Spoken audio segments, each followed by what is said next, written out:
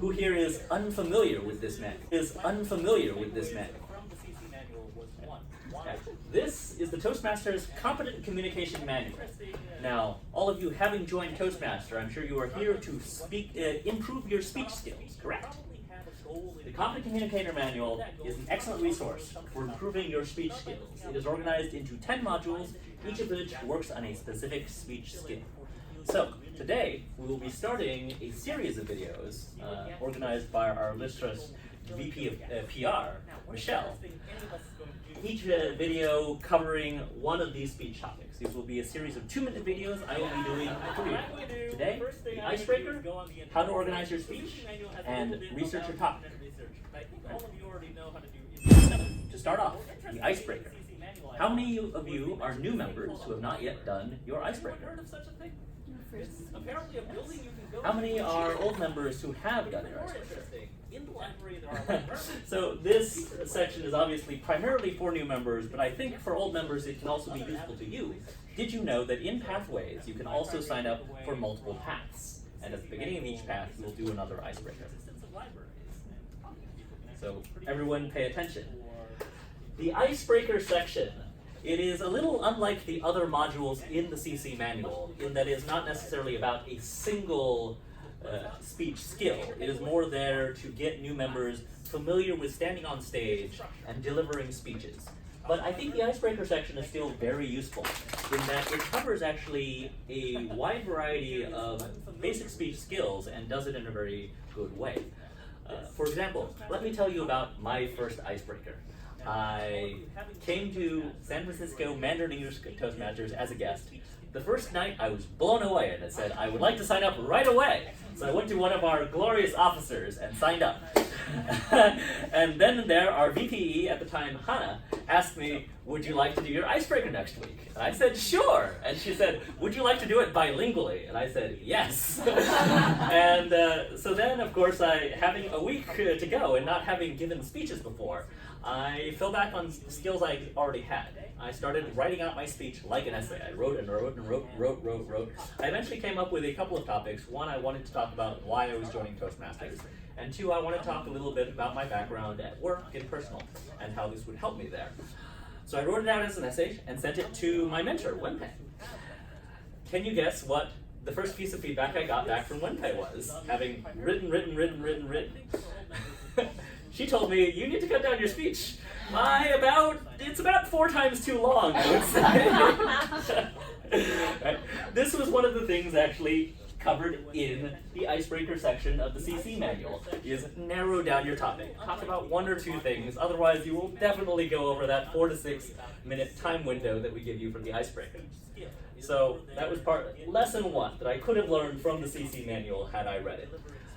Lesson 2, I started practicing my speech, and I had this essay of a speech, and I started practicing.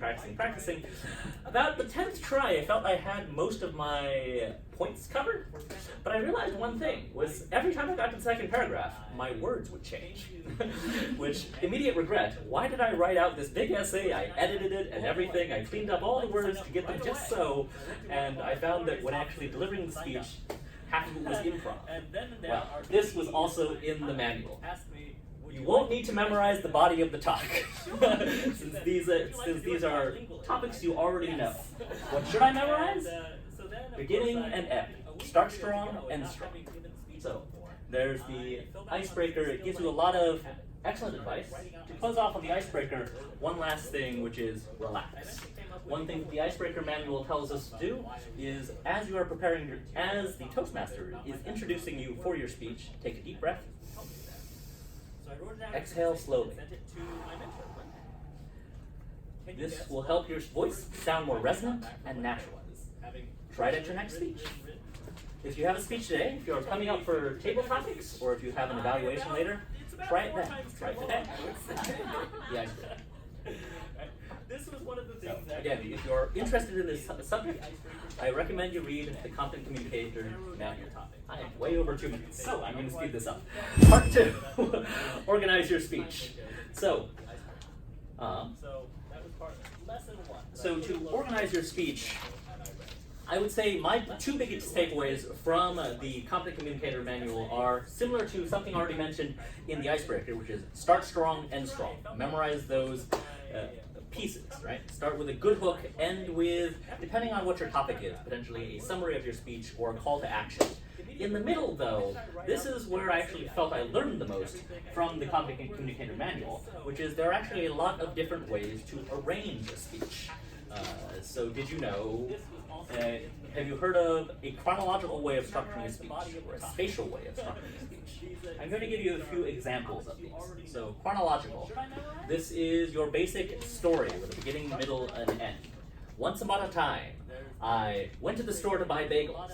On the way to buy bagels, I met a dragon named Bob. Together, we had many adventures. The end. Spatial. Having met Bob, I decided to visit him at his beautiful house. Oh, the outside was covered in bricks. And then I went to the entrance, and it was lined with gold, because Bob is a dragon and he collects gold. But what really brought it together is the kitchen, full of fire. Spatial.